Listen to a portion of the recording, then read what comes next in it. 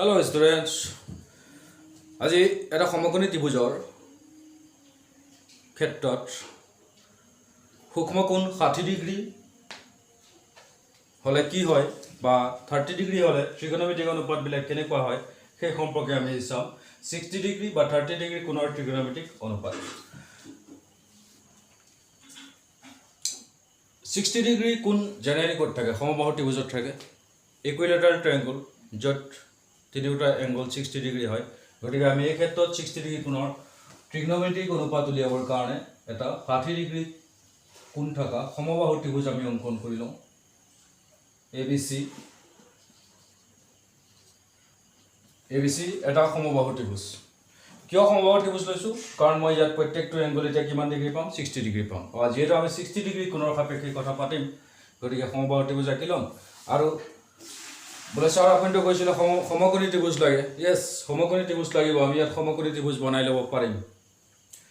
এই কোণটো 60 ডিগ্ৰী হৈ আছে মই যদি ইয়াত এটা পাৰপেন্ডিকুলাৰ ড্ৰ কৰো মন কৰা ইয়াত যদি পাৰপেন্ডিকুলাৰ ড্ৰ কৰো তেটো 90 ডিগ্ৰী এংগল হৈ গল আৰু এটো ৰাইট ট্ৰায়াঙ্গল আৰু সমকোণী ত্ৰিভুজ হৈ গল যত এই কোণটো কিমান ডিগ্ৰী হ'ব তেতিয়া 62 থাকিব ঠিক আছে এটা পাৰপেন্ডিকুলাৰ ড্ৰ কৰিলো in ট্ৰায়াঙ্গল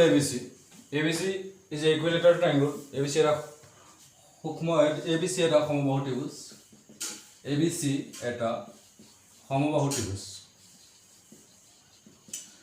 ABC is an equilateral triangle therefore each angle of an equilateral triangle is 60 degree সমবাহু ত্ৰিভুজৰ প্ৰত্যেকটো কোণৰ মান কিমান ডিগ্ৰী হ'ব A কোণ সমান B কোণ আৰু C কোণ তিনিটা কোণ সমান হ'ব আৰু প্ৰত্যেকটো কোণৰ মান কিমান ডিগ্ৰী হ'ব 60 ডিগ্ৰী ঠিক আছে তেতিয়াহ'লে B কোণটো আমি কিমান পাই আছো 60 ডিগ্ৰী পাই গলো এটা মই আমাকটো সমকোণী ত্ৰিভুজ লাগিব 60 ডিগ্ৰী কোণটো সূক্ষ্মকোণ 60 ডিগ্ৰী yes হয় কিন্তু সমকোণী ত্ৰিভুজৰ ক্ষেত্ৰত সূক্ষ্মকোণটো থাকিব লাগিব সেই কাৰণে মই এডাল পাৰপেন্ডিকুলাৰ ড্ৰ কৰিছো এটা লম্ব আমি আঁকি লম AD perpendicular to BC drawn AD perpendicular to BC BC ৰ ওপৰত AD লম্ব আঁকা হল লম্ব টানা হল ঠিক আছে এটা মন কৰা ABC সমবাহু ত্ৰিভুজ আছে এডাল মই ইয়াত লম্ব টানিছো এটা কথা মনত ৰাখিবা সমবাহু ত্ৰিভুজৰ ক্ষেত্ৰত লম্ব বা উন্নতি ইয়াক মই উন্নতি বুলি ক'ব পাৰো উন্নতি আৰু মধ্যমাৰ কথা ইয়াত আহিব উন্নতি কাক বলে তো জানা তোমালোকে এটা ত্ৰিভুজৰ যিকোনো এটা শীৰ্ষবিন্দুৰ পৰা বিপৰীত বাহুলৈ টনা লম্বডালক আমি কি বুলি কওঁ উন্নতি বুলি কওঁ তেনেহলে এদিক মই উন্নতি ক'ব পাৰো কাৰণ এই শীৰ্ষবিন্দুৰ পৰা BC ভূমিলৈ মই কি টানিছো লম্ব ত্ৰিভুজৰ এটা শীৰ্ষবিন্দুৰ পৰা বিপৰীত বাহুলৈ টনা লম্বডালক কি বুলি কয় উন্নতি আৰু তেনেহলে এদি কি হ'ল এদি এটা উন্নতি এটাকে এদি এটা উন্নতি AD is altitude এটা কথা মনত ৰাখিবা এটা সমবাহু ত্ৰিভুজৰ ক্ষেত্ৰত জিডাল মই কৈছো সমবাহু বা সমদ্বিবাহু ত্ৰিভুজৰ ক্ষেত্ৰত ই যদি এডাল উন্নতি হয় তেনেহলে ই এডাল মধ্যমাও হ'ব in equilateral triangle altitude is also a median ঠিক আছে সমবাহু ত্ৰিভুজৰ ক্ষেত্ৰত উন্নতিডালক আমি কি বুলি কওঁ মধ্যমা মানে স্যাৰ মধ্যমা কি আকৌ মধ্যমা কি আছিল জানাই তোমালোকে বহুত সৰু ক্লাছৰ পৰা পঢ়ি আহিছা তথাপি যদি পাহৰিছা যে ত্ৰিভুজৰ মন কৰিবা এটা ত্ৰিভুজ আছে সেইটো ত্ৰিভুজ এটা ত্ৰিভুজৰ ক্ষেত্ৰত মন কৰিবা ডিফাৰেন্সটো বুজি লবা শীৰ্ষবিন্দুৰ পৰা ভূমিলৈ মানে বিপৰীত বাহুলৈ টনা লম্বডালক কি বুলি কোৱা হয় উন্নতি এটো কোণ কিমান ডিগ্ৰী হ'ব লাগিব 90 ডিগ্ৰী কিন্তু শীৰ্ষবিন্দুৰ পৰা বিপৰীত বাহুৰ মধ্যবিন্দুলৈ এডাল বিপৰীত বাহু মই ইয়াৰ পৰা ইয়ালৈ যদি ABC সেডাল BC ৰ মধ্যবিন্দু মানে হ'ব আইডিয়া কৰি দিছো মই এটো ইয়ালৈ মধ্যবিন্দুলৈ যদি টানো এডাল কি হ'ব উন্নতি মধ্যমা এডালক কি বুলি কয় মধ্যমা আৰু এডালক কি বুলি ক'ব উন্নতি ডেফিনেশনটো এনেকুৱা যে শীৰ্ষবিন্দুৰ পৰা বিপৰীত বাহুৰ মধ্যবিন্দুলৈ টনা ৰেখাডালক উন্নতি বুলি কোৱা হয় মধ্যমা বুলি কোৱা হয় আৰু বিপৰীত বাহুলৈ টনা লম্বডালক উন্নতি বুলি কোৱা হয় যদি ত্ৰিভুজটো এনেকুৱা হয় তে উন্নতি আৰু মধ্যমা বুজিছাই কিন্তু ত্ৰিভুজটো যদি সমবাহু ত্ৰিভুজ হয় তে মই ইয়াৰ পৰা যদি বিপৰীত বাহুলৈ লম্ব টানো এডাল হ'ব উন্নতি আৰু এই বিন্দুটোৱে সমবাহু ত্ৰিভুজৰ ক্ষেত্ৰত কি হ'ব মধ্যমা হ'ব গতিকে মই এই উন্নতিডাল আৰু মই যদি মধ্যমা টানো এডালে পাম অৰ্থাৎ সমবাহু ত্ৰিভুজৰ ক্ষেত্ৰত মধ্যমা আৰু উন্নতি একেডালে মই কি লিখিছো এৰিয়া আৰু উন্নতি যেহেতু সমবাহু ত্ৰিভুজৰ ক্ষেত্ৰত মধ্যমা আৰু উন্নতি একেডালে এতেকে এডি এডাল কি হ'ব এতিয়া এডিটো মই লম্বা উন্নতি বুলি কৈছিলো আৰু সমবাহু ত্ৰিভুজৰ ক্ষেত্ৰত উন্নতি আৰু মধ্যমা একেডালে গতিকে এডিক মই উন্নতি মধ্যমা বুলিও ক'ব পাৰো এতেকে এডি এডাল মধ্যমা তে মধ্যমা বুলি কোৱাৰ লগে লগে আৰু এটা কথা আহি গ'ল মধ্যমা মই কৈছো শীৰ্ষবিন্দুৰ পৰা বিপৰীত বাহুৰ মধ্যবিন্দুৰে টনা হয় তে বিসি ডালৰ মধ্যবিন্দু কি হ'ব লাগিব এটা ডি হ'ব লাগিব কাৰণ এডাল কোনে টানিছো মই মধ্যবিন্দুৰে টানিছো যদি মধ্যমা হৈছে এটো মধ্যবিন্দুলৈ আহিব লাগিব তেনেহলে ডি বিন্দুটো বিসিৰ কি হ'ব এটাকে ডি বিসিৰ মধ্যবিন্দু ক্লিয়াৰ হৈছে বুজি যাবা ডি বিন্দুটো বিসিৰ মধ্যবিন্দু পালো মই এতিয়া তেনেহলে আমি এটা কি পালো এ ডি বি এটো সমকোণী ত্ৰিভুজ পাইছো কিয় কাৰণ এডাল ইয়াত লম্ব হৈছে 90 ডিগ্ৰী গতিকে এই ত্ৰিভুজটো কি ত্ৰিভুজ হৈছে সমকোণী ত্ৰিভুজ য'ত ডি টু বিসিৰ কি হ'ব মধ্যবিন্দু আৰু এটা কথা ইয়াত মন কৰিবা সমবাহু ত্ৰিভুজৰ ক্ষেত্ৰত মধ্যমাই শীৰ্ষবিন্দুটোক সমানে দুভাগ কৰে অৰ্থাৎ এই কোণটো আৰু এই কোণটো সমানে দুভাগ কৰিব এই দিডালে আচ্ছা হেতু মই পাছত লিখিম বাৰু এতিয়া চোৱা এটো সমকোণী ত্ৰিভুজ পাই গ'ল এতিয়া সমকোণী ত্ৰিভুজ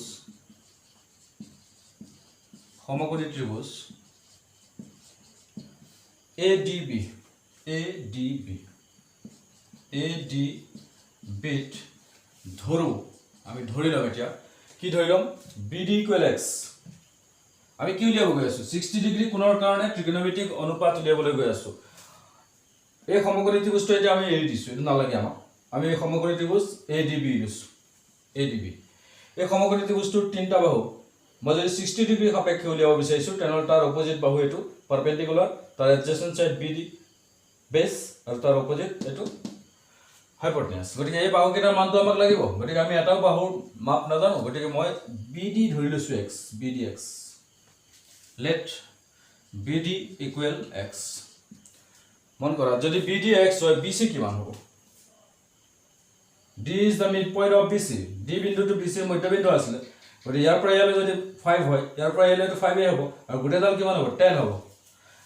that means এটো যদি মই x লৈছো এটো কিমান হ'ব x এ হ'ব আৰু গোটেইটো কিমান হ'ব এটা twice x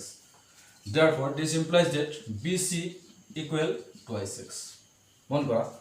BC = twice x এটো বুজি আছে এটা এই সমকোণী ত্ৰিভুজটো লোৱাৰ কাৰণে মই এডাল সাইড এটো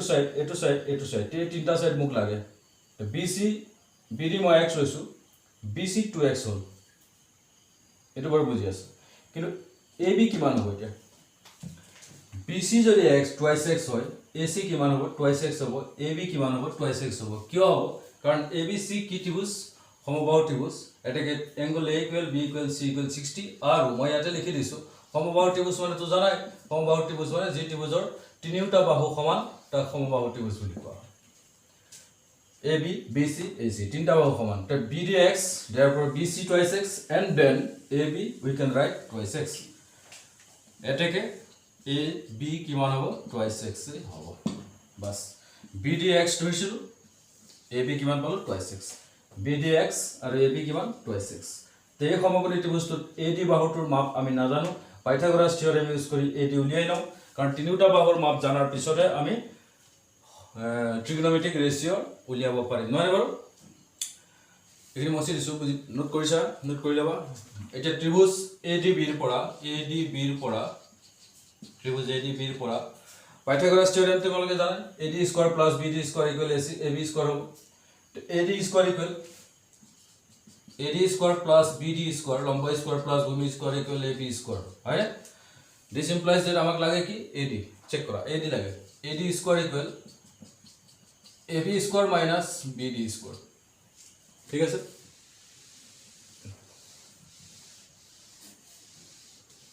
ভ্যালু পুট কৰা AD² = AB AB কিমান পাই আছো 2x whole square minus BD কিমান লৈছো আমি x 4x স্কয়ার বুঝি আছা x স্কয়ার মাইনাস কৰা 3x square AD square equal 3x square then AD equal what root 3x okay AD পাই গলো তিনিটা বাহুই আমি পাই গলো AD root 3x পাই গলো লিখি দিছো এটা আমি কি উলিয়াব গৈ আছো 60 ডিগ্ৰী কোণৰ সাপেক্ষে sin cos tan cos sec cos x ছটা অনুপাত আমি উলিয়াম ইজি হৈ গল তিনটা বাহুৰ মানটো আমি পালোই তেনেহলে আগৰ নিচিনা p/h লৈ লম পণ্ডিত বদৰি প্ৰসাদ হৰি হৰি বলে মনত আছে সবৰে এটাকে sin 60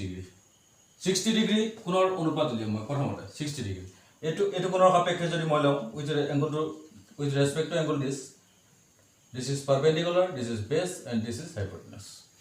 therefore प्रथम sin ए लऊ मैं ओके sin 60 डिग्री p/h हेखिनि কথা মই বেছি এক্সপ্লেইন কৰি নাতে কৰো sin 60 degree p/h perpendicular by hypotenuse p/h ললে কি হ'ব AD/AB লিখি দিছো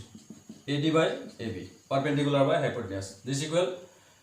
root 3x divided by 2x x cancel গল root 3/2 sin 60 ডিগ্ৰী root 3/2 মনত ৰাখিবা হুমুৱাই লোৱা আৰু লাগিয়ে থাকিব ইয়াৰ পাছৰ এক্সাৰসাইজ যেটা কৰিম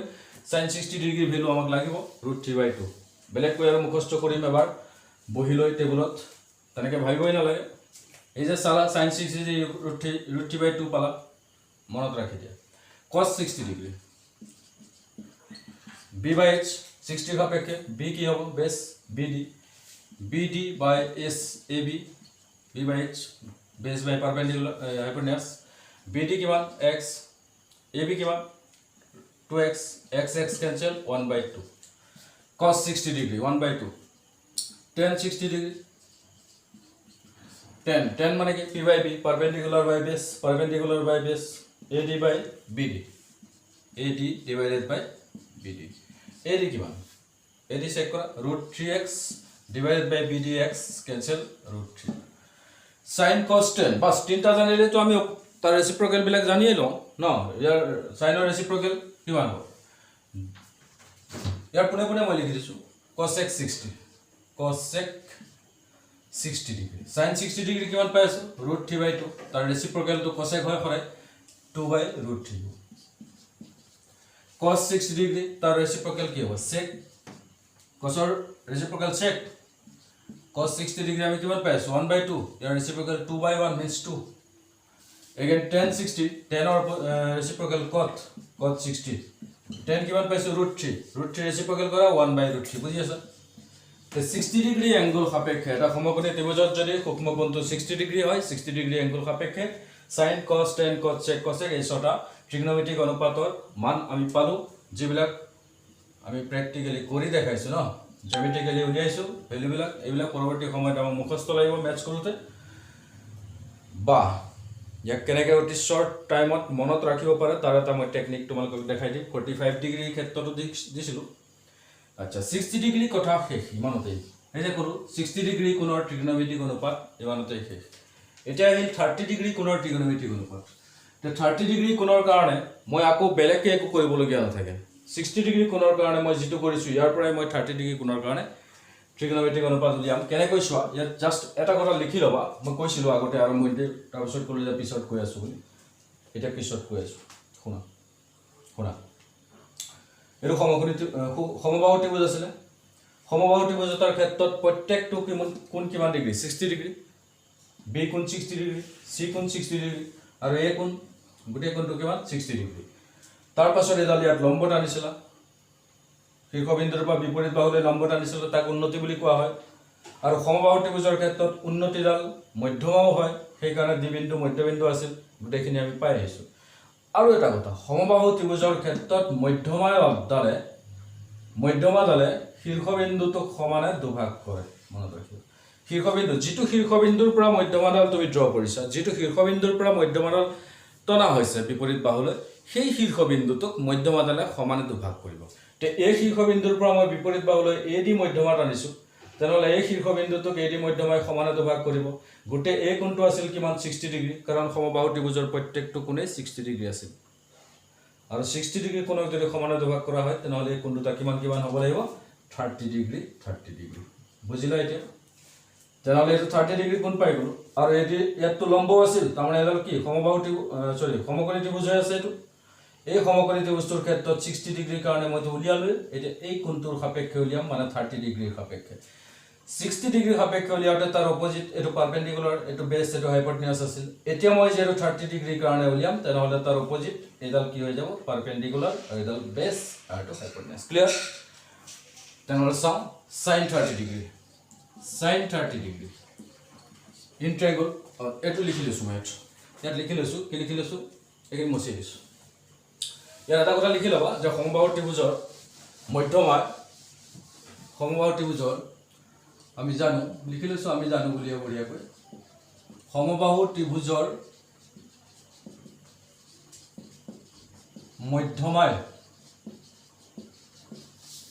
মধ্যমাটো বুজি আছে ন ত্ৰিভুজৰ শীৰ্ষবিন্দুৰ পৰা বিপৰীত বাহুৰ মধ্যমান বিন্দুলৈ টনা ৰেখাক মধ্যমা বুলি কোৱা হয় সমবাহু ত্ৰিভুজৰ মধ্যমাই শীৰ্ষবিন্দুটোক শীৰ্ষকোণটোক সমানে দুভাগ কৰে